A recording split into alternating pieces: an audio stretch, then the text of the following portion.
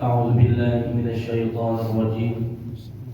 بسم الله الرحمن الرحيم. السلام عليكم ورحمة الله وبركاته. Waalaikumsalam. الحمد لله الحمد لله الذي نزل الفرقان على عبده ليكون للعالمين نذيرا. أشهد أن لا إله إلا الله وحده لا شريك له، وأشهد أن محمدا عبده ورسوله.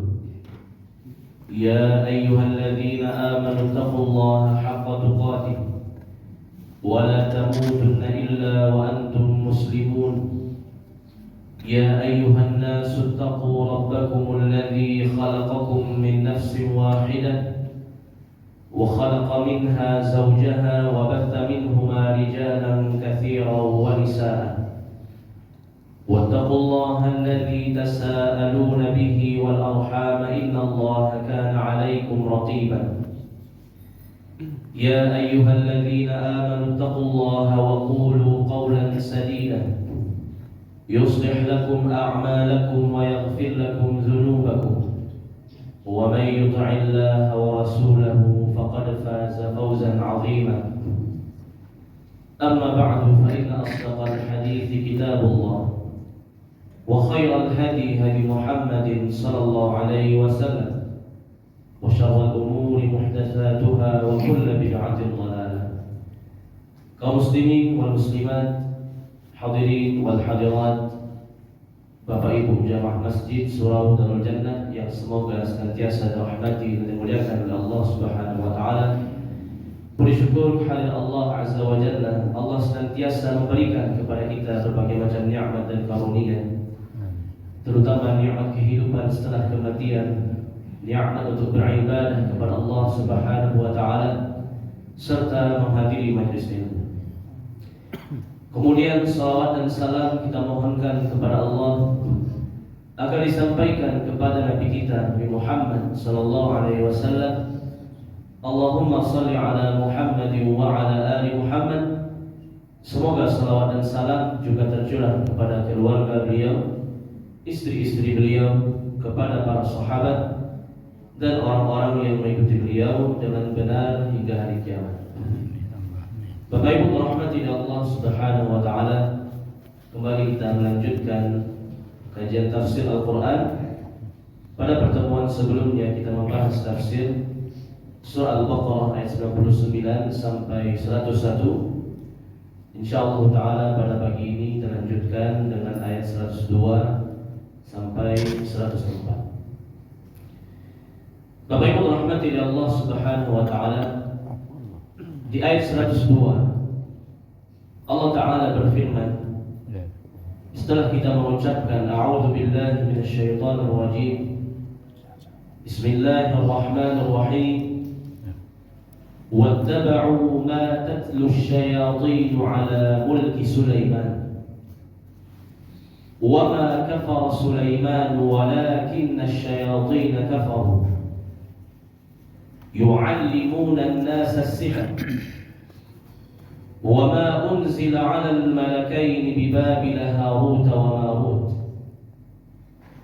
وما يعلمان من أحد حتى يقولا إنما نحن فتنة فلا تكفر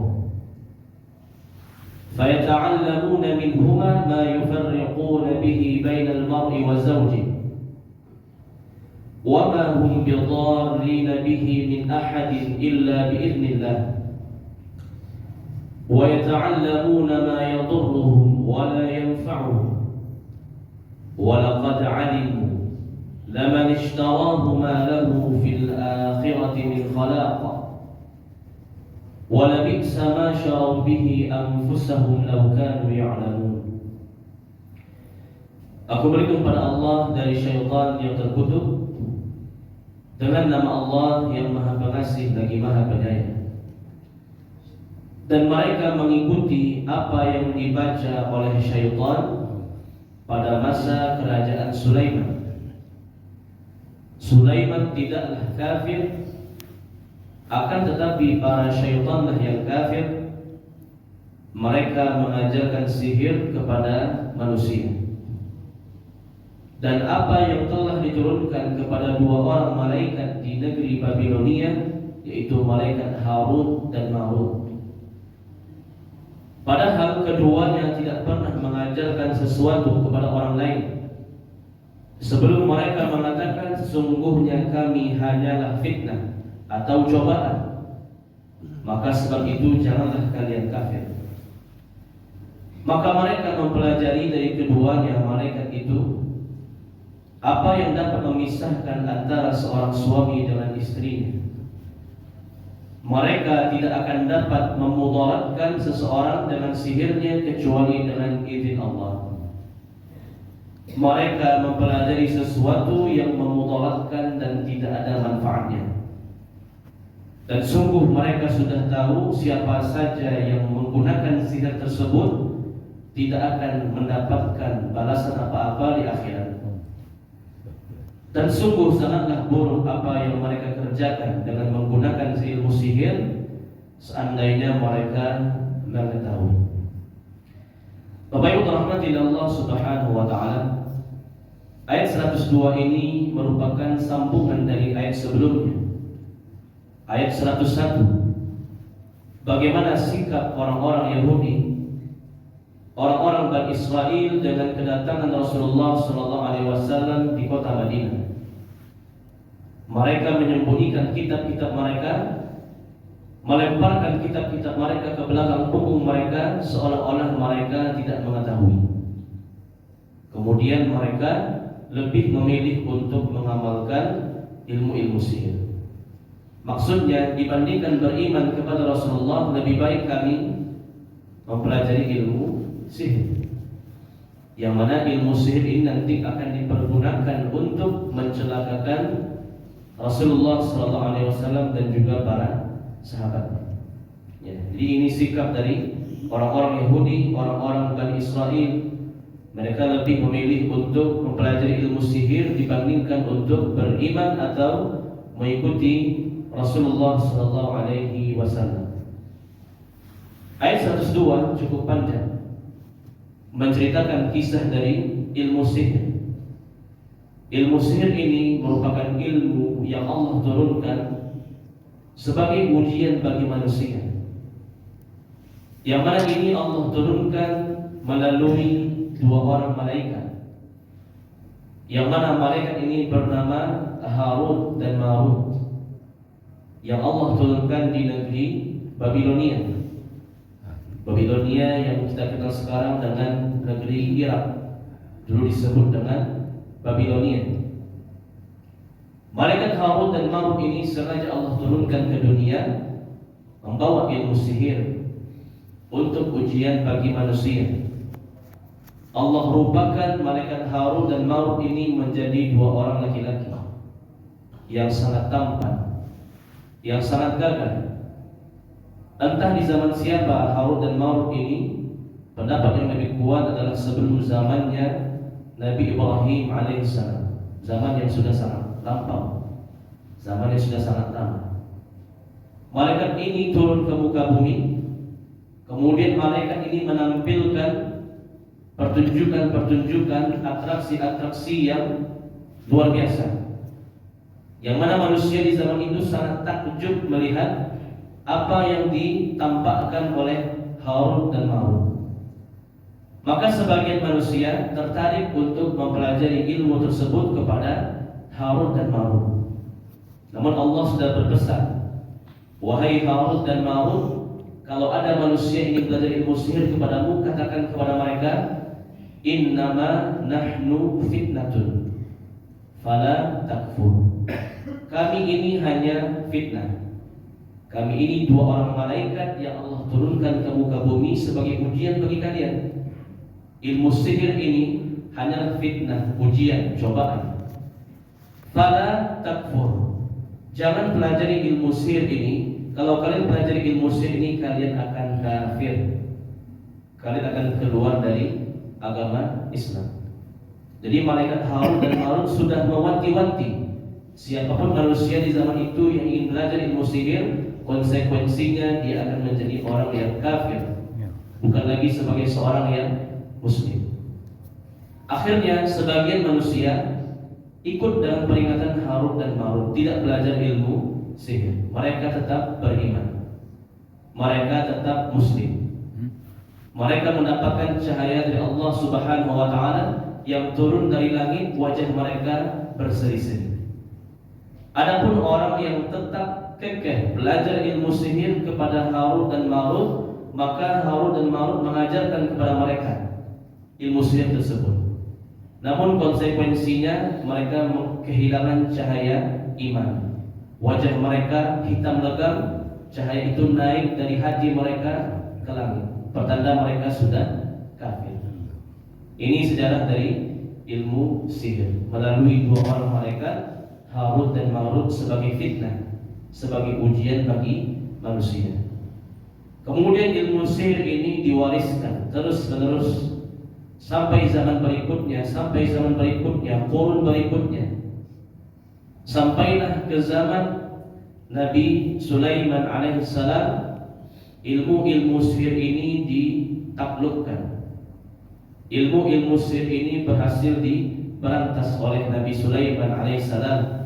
Karena Nabi Sulaiman ini di samping dia seorang nabi, dia seorang raja yang menguasai manusia, menguasai jin, menguasai hewan-hewan, menguasai seluruh makhluk yang ada di muka bumi. Tunduk semua jin, tunduk semua pemilik ilmu sihir kepada Nabi Sulaiman alaihissalam.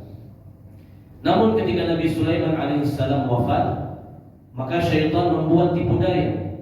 Syaitan membuat sebuah kitab, kemudian meletakkannya di bawah singgasana Nabi Sulaiman. Ketika Sulaiman wafat, Nabi Sulaiman itu wafat berdiri sambil memegang tongkat. Dia itu sudah mati, tapi tidak ada orang yang tahu Nabi Sulaiman sudah meninggal dunia. Rakyat kemudian memakan tongkat tersebut. Ketika tongkatnya sudah hancur, jatuhlah Sulaiman. Baru rakyat Sulaiman mengetahui bahwasanya Sulaiman sudah wafat. Ketika Sulaiman wafat, maka syaitan membuka singgasana Sulaiman, mengeluarkan kitab. Kitab ini pun sudah dibuat oleh syaitan. Syaitan mengatakan dengan kitab inilah Sulaiman memimpin seluruh permukaan bumi. Inilah sihir yang dibuat oleh Sulaiman. Inilah kitab sihir Sulaiman yang dengan sebabnya dia bisa menguasai manusia, bisa menaklukkan jin, bisa memahami bahasa hewan, bahasa semut sekalipun. Bahkan seluruh makhluk di muka bumi tunduk kepada Sulaiman. Inilah kitab yang dibuat oleh Sulaiman. Padahal ini dibuat oleh syaitan, dibuat oleh jin, dituduhkan kepada Nabi Sulaiman alaihissalam. Dan kitab itulah yang diamalkan sampai sekarang oleh seluruh yang menuntut ilmu sihir, terutama orang-orang Yahudi. Maka Allah sebutkan di sini wattaba'u ma tatlu syayatin ala mulki Sulaiman.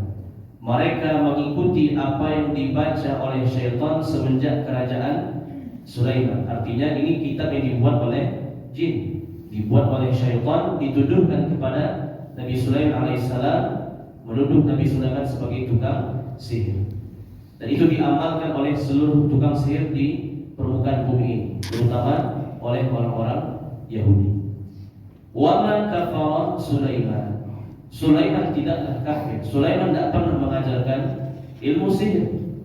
Walakinna syayatin kafaru yu'allimuna an-nasa as-sihr. Akan tetapi para syaitanlah yang mengajarkan ilmu sihir kepada manusia. Syaitanlah yang kafir.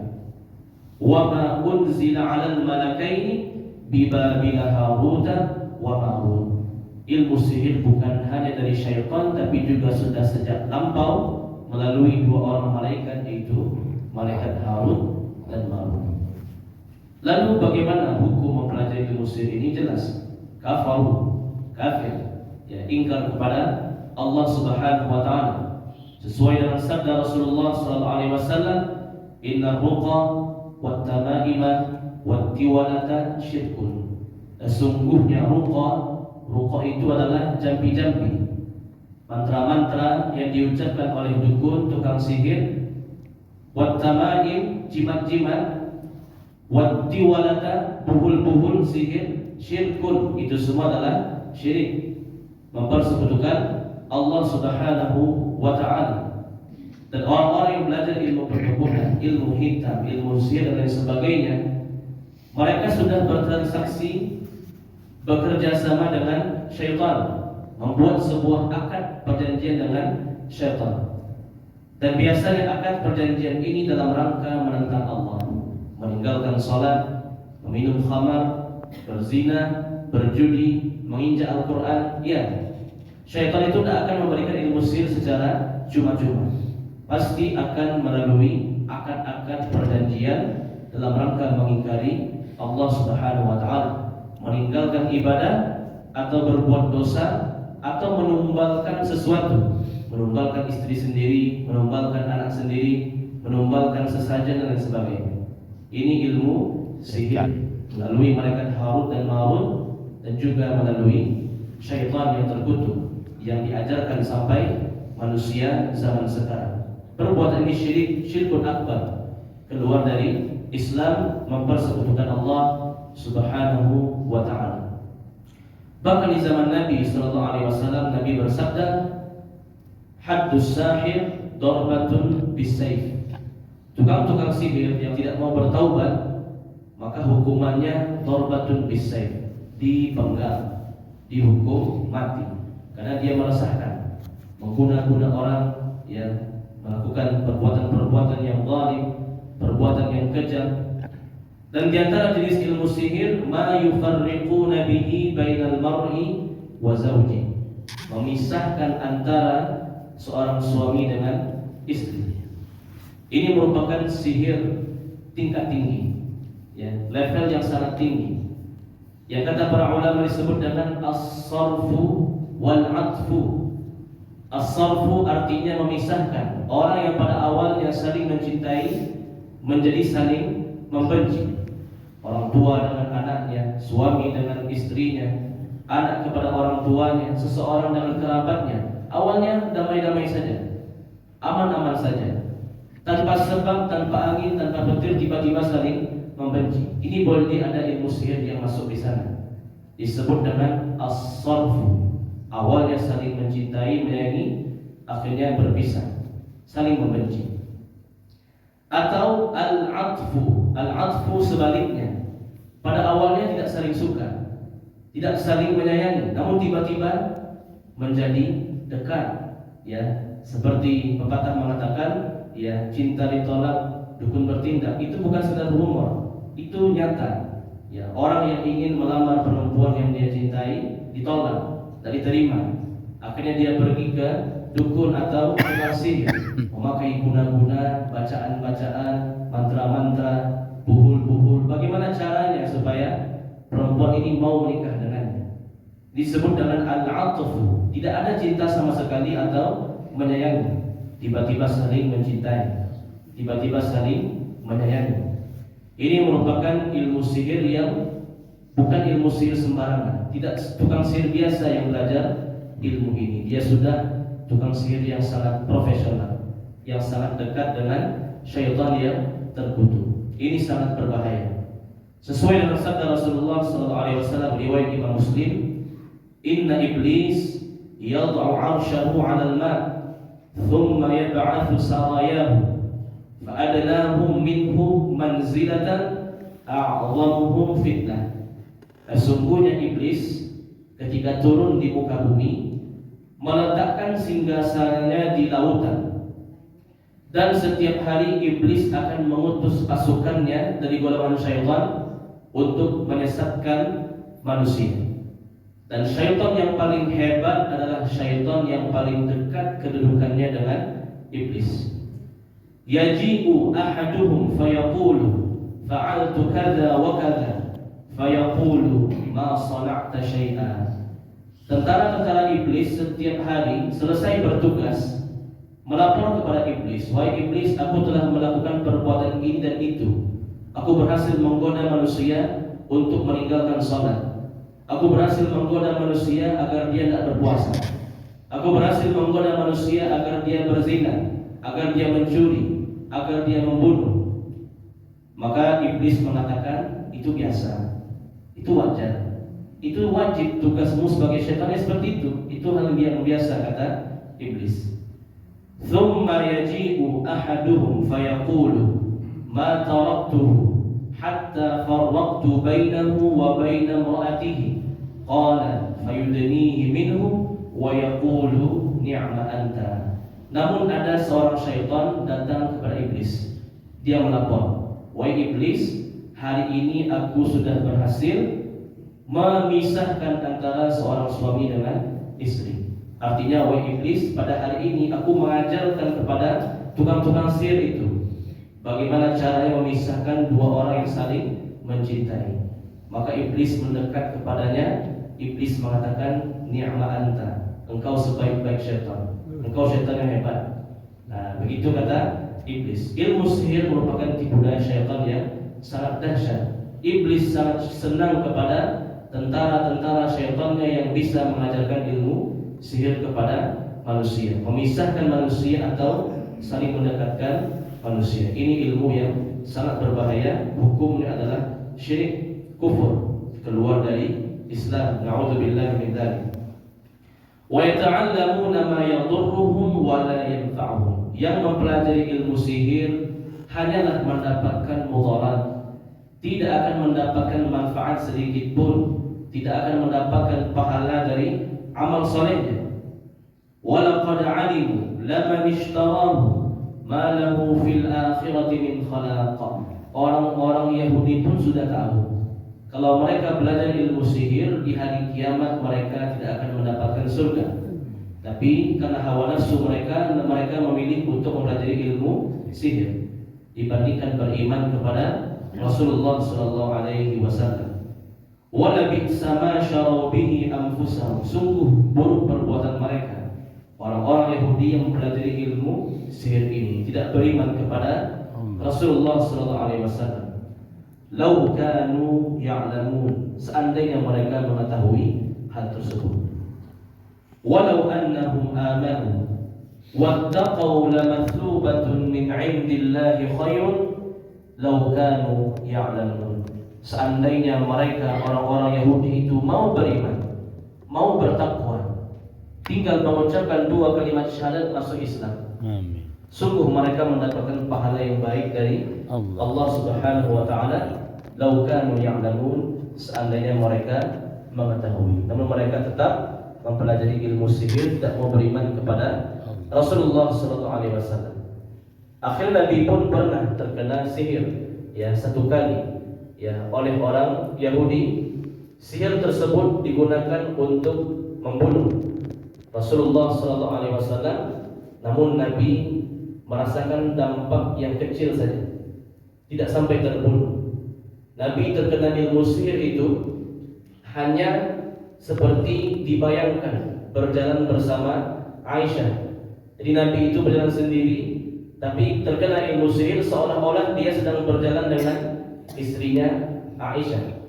Padahal ilmu sihir itu untuk membunuh Rasulullah SAW. Namun Allah berikan perlindungan, Allah berikan penjagaan kepada Nabi. Ilmu sihir yang dahsyat itu tidak berhasil membunuh Nabi, hanya memberikan halusinasi atau pemikiran. Nabi itu berjalan sendiri, dia menyangka sedang berjalan bersama Aisyah. Ketika mereka samping, oh Aisyah tidak ada. Berarti itu hanya di pemikiran Rasulullah sallallahu alaihi wasallam. Akhirnya Allah Subhanahu wa taala mengajarkan beberapa kalimat kepada Nabi Muhammad sallallahu alaihi wasallam agar terhindar dari sihir. Di antara adalah a'udzu bikalimatillahi tammati min syarri ma khalaq. Aku berlindung kepada Allah dengan kalimat-kalimatnya yang sempurna dari keburukan-keburukan makhluknya. A'udzu bikalimatillahi tammati allati la yujawizuhunna barrun wala fajirun wa min syarri ma khalaqa wa bara'a wa dhara'a wa min syarri ma yakhruju minal ardi wa min syarri ma ذرأ في الأرض ومن شر ما ينزل من السماء ومن شر ما يعرج فيها ومن شر فتن الليل والنهار ومن شر كل طارق إلا طارقا يترك بخير يا رحمن Bismillahilladzi la yadurru ma'asmihi syai'un fil ardi wala fis sama' wa huwas samiul alim. Dan banyak sekali doa yang Allah ajarkan kepada Nabi Muhammad SAW agar terhindar dari sihir-sihir tersebut. Bapak Ibu rahmati Allah Subhanahu wa taala. Itu terkait dengan orang yang mempelajari ilmu sihir. Dia itu kafir, keluar dari Islam kalau dia tak bertaubat kepada Allah Subhanahu wa taala. Lalu bagaimana dengan orang yang mendatangi tukang-tukang sihir, dukun, paranormal dan lain sebagainya? Maka Rasulullah SAW bersabda, "Man ata 'arrafan fasa'alahu 'an syai'in lam tuqbal lahu salatun 40 lailah." Siapa saja yang mendatangi dukun, paranormal, orang pintar, ahli nujum, tukang sihir dan berbagai macam istilah-istilahnya, dan hanya sekedar bertanya, tanya saja, lam tuqbal lahu salatun 40 lailah, maka Allah tidak akan menerima salatnya selama 40 hari 40 malam. Tetap dia salat sah, tapi nilai pahalanya tidak ada. Tidak akan mendapatkan pahala salatnya di hari kiamat nanti. Wa man ata 'arrafan fasa'alahu fasaddaqahu bima yaqul faqad kafara bima unzila 'ala Muhammadin sallallahu alaihi wasallam. Dan barang siapa yang mendatangi dukun, paranormal, tukang tenung, ahli nujum, tukang sihir, dia bertanya dan dia pun juga percaya dengan apa yang diucapkan oleh tukang sihir tersebut, maka sungguh dia telah ingkar kepada Al-Quran yang Allah turunkan kepada Nabi Muhammad SAW. Ini dapat menjerumuskan kepada dosa yang sangat besar, yang juga dia bisa keluar dari agama Islam dengan sebabnya. Allah alam bisawab. Inilah kajian kita pada pagi ini, Al-Baqarah ayat 102 sampai 103. Silakan kalau ada tanya. Silakan. Waalaikumsalam warahmatullahi wabarakatuh.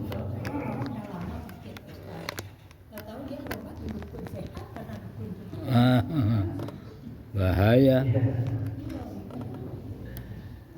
Baik, ya.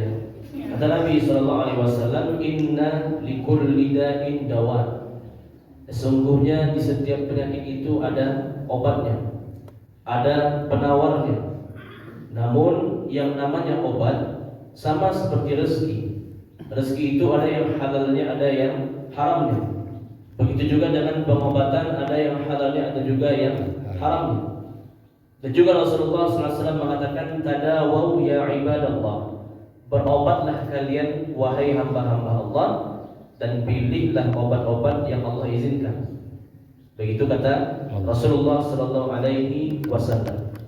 Ya, ada obat yang benar, yang baik, seperti ilmu kesehatan, kedokteran, atau ilmu-ilmu herbal, pengobatan tradisional yang tidak ada sangkut pautnya dengan ilmu sihir atau perdukunan. Ada juga yang tidak baik, ya, menggunakan zat-zat yang dilarang oleh Allah seperti narkotika dan lain sebagainya dalam dosis yang berlebih, ya, atau dengan menempuh jalur, ya, syaitan tadi seperti sihir atau dukun dan lain sebagainya.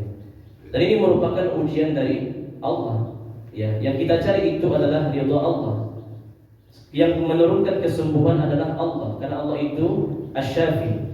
Allahumma rabban nas adhibil ba's ishfi anta syafi la shifaa illa shifauka shifaan la yughadiru saqama. Wahai Allah, Rabbnya manusia, hilangkanlah penyakit. Engkaulah yang menyembuhkan, Engkaulah zat yang maha penyembuh. Tidak ada kesembuhan kecuali darimu wahai Allah, kesembuhan yang tidak akan kambuh lagi.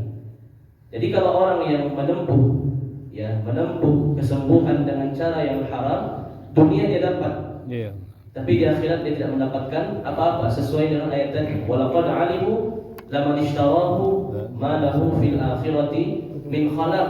Orang-orang yang menggunakan ilmu sihir di dunia dia dapat manfaatnya, oke, tapi di akhirat dia tidak mendapatkan apa-apa. Ini ujian dari Allah Subhanahu wa taala.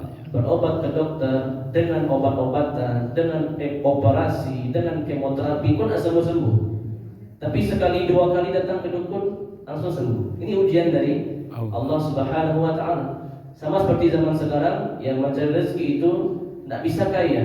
kalau kecuali harus lewat jalur yang haram, melalui riba, sogok menyogok, korupsi. Ya, orang-orang yang menempuh jalan yang halal itu hidupnya biasa-biasa saja, stagnan, tidak meningkat, tidak melejit. Nah, kalau mau melejit harus dengan cara yang haram. Begitu juga sama dengan pengobatan. Terkadang Allah berikan ujian dengan cara seperti itu. Melalui hasilnya nampak, padahal caranya diharamkan oleh Allah Subhanahu wa taala. Maka sesuai dengan sabda Nabi tadi, tadawau ya ibadallah. Berobatlah wahai hamba-hamba Allah dengan cara yang Allah ridhai, bukan dengan cara yang Allah murkai. Ya, Allah alam bisawab. Silakan. Waalaikumsalam warahmatullahi wabarakatuh. Tongkat Nabi Sulaiman sudah. Ya. Tongkat Nabi Sulaiman itu ada berapa prestasi? Waktu ke Turki, di Turki itu di museum itu masih ada tongkat Nabi Sulaiman katanya. Ini yang pertama. Kemudian yang kedua, kaitannya tadi Nabi Sulaiman ditaruh kitab waktu meninggal. Iya. Nah sekarang ada juga yang memprotes Al-Quran katanya. Zaman Nabi kan belum ada Al-Quran. Justru belakang itu bukan manusia aja udah mulai menyesatkan lagi. Iya. Apalagi ditambah sekarang kan misalnya kayak tadi kalau diikuti berobat orang, wah ini kalau dibakar, ini ayat Al-Quran dibakar, diminum, ya, gitu. Atau dibaca sekian kali. Ini yang termasuk menyesatkan juga tuh. Terima kasih. Baik. Terkait dengan tongkat Nabi Sulaiman alaihissalam, maka Allah alam bisawab jumlah tongkatnya itu banyak. Ya, bukan cuma satu. Ya, Nabi Sulaiman berdiri dengan salah satu tongkatnya, tapi Sulaiman memiliki banyak tongkat. Ya, sesuai dengan sabda Rasulullah SAW, nanti di akhir zaman, ya, akan muncul dari permukaan bumi dabbah, binatang melata yang bisa berbicara kepada manusia. Setiap malaikat dabbah tadi akan membawa tongkat Nabi Sulaiman dan juga tongkat Nabi Musa. Jadi banyak ya tongkatnya. Tapi apakah di zaman sekarang masih ada enggak tongkat-tongkat itu? Tidak bisa dipastikan. Kadang itu hanya replika atau hanya dakwaan saja, tidak bisa dipastikan. Apalagi zaman Nabi Sulaiman itu sudah sangat lampau. Siapa kira-kira pewaris tongkat Sulaiman itu? Tidak mungkin. Dan juga Allah Subhanahu wa taala ketika Nabi Sulaiman wafat, itu Allah betul-betul istilahnya mengubur kerajaan Sulaiman. Tidak ada lagi yang bisa membongkarnya. Karena Nabi Sulaiman itu kekuasaannya sangat besar. Tidak ada lagi yang bisa berkuasa seperti berkuasa Nabi Sulaiman. Jadi tidak bisa dipastikan itu. Ada yang mengaku ini jubahnya Sulaiman, ini tongkatnya Sulaiman, macam-macam. Itu tidak bisa dipastikan kevalidannya. Bisa iya, bisa tidak. Begitu juga ada yang mengaku memiliki rambut Nabi, memiliki tongkat Nabi, memiliki cincin Nabi, memiliki selimut Nabi. Tidak bisa dipastikan. Mana buktinya? Apa buktinya dia telah mewarisi dari Nabi Sulaiman atau dari Nabi Muhammad Sallallahu Alaihi Wasallam? Namun yang jelas tongkat Sulaiman itu jumlahnya banyak. Nanti akan kembali keluar bersama dabbah, binatang yang melata dari muka bumi sebagai tanda kiamat besar. Yang kedua terkait dengan Al-Quranul Karim. Al-Quranul Karim memang di zaman Nabi itu turun secara berangsur-angsur, tidak sekaligus. Dan para sahabat Nabi selalu mempelajari ilmu Al-Quran kepada Rasulullah SAW, dan kemudian dituliskan di berbagai macam media, seperti di bebatuan, di pelepah kurma, di tulang-tulang hewan, dan berbagai macam media-media yang lainnya.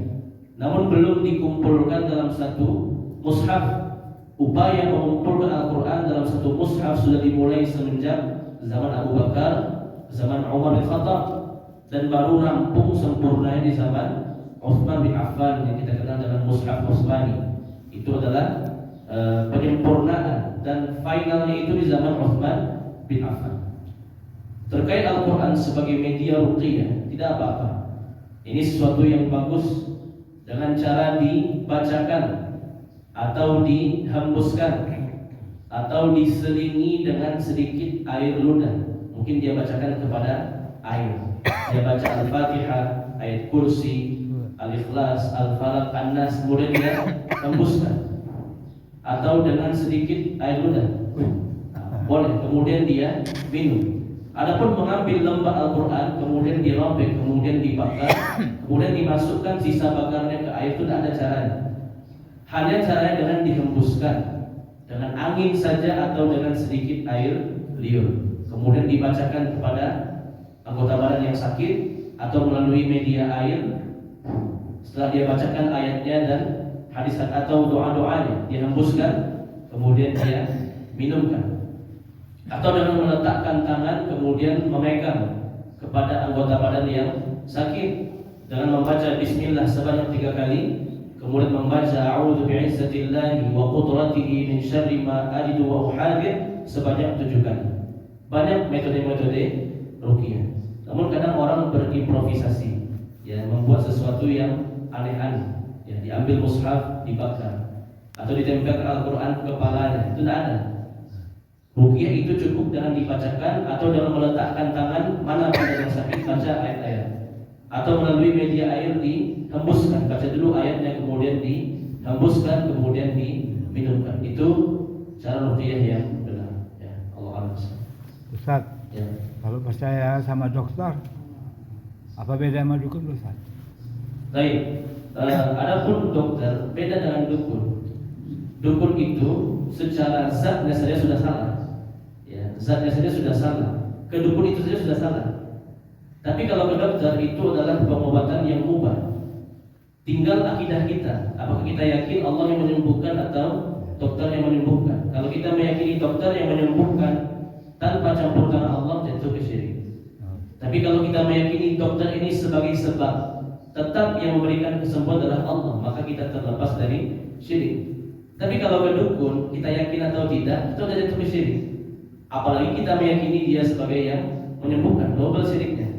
Nah, jadi secara zatnya pergi ke dukun itu pun sudah salah. Dengan niat apapun, dengan niat ini pengobatan karena Allah, dia pergi saja ke dukun itu sudah salah. Tidak Allah terima sholatnya 40 hari 40 malam. Apalagi dia mengimani, apalagi dia meyakini, membenarkan apa yang diucapkan oleh dukun, semakin bertambah dosa. Tapi kalau berobat kepada dokter atau orang-orang yang punya ilmu seputar pengobatan alternatif apapun, tidak ada sangkut pautnya dengan jin atau sihir, pergi ke sana adalah sesuatu yang mubah. Tinggal niatnya lagi.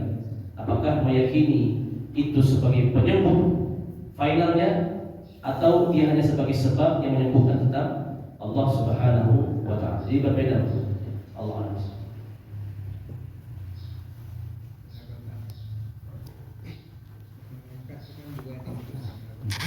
Iya.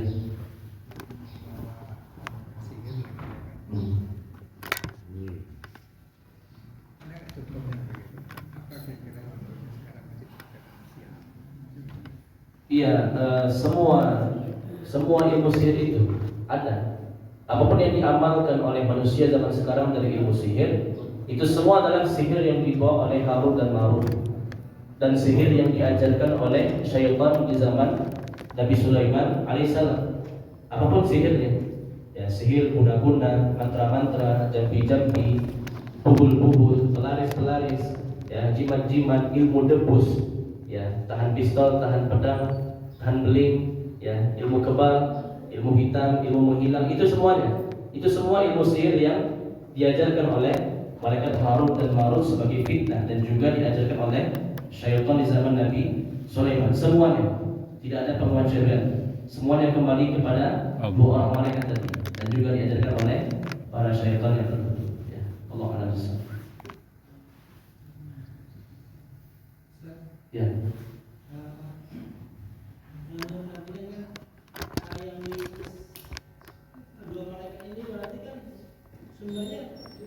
Dari malaikat gitu ya. Ya.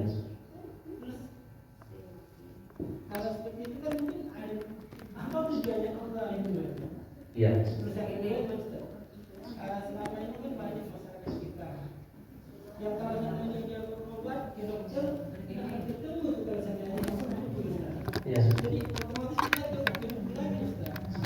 Itu kalau di kampung kami kan banyak gitu. Jadi orang karena itu kejadian itu otomatis mereka gitu terus Ustaz. Iya. Baik. Yang pertama terkait dengan dua orang malaikat tadi, ini merupakan ya ujian dari Allah. Sama seperti kenapa Allah turunkan syaitan, kenapa Allah turunkan iblis dan syaitan di muka bumi. Ini ujian untuk kita. Apakah kita tetap beriman pada Allah atau kita mengikuti langkah-langkahnya syaitan.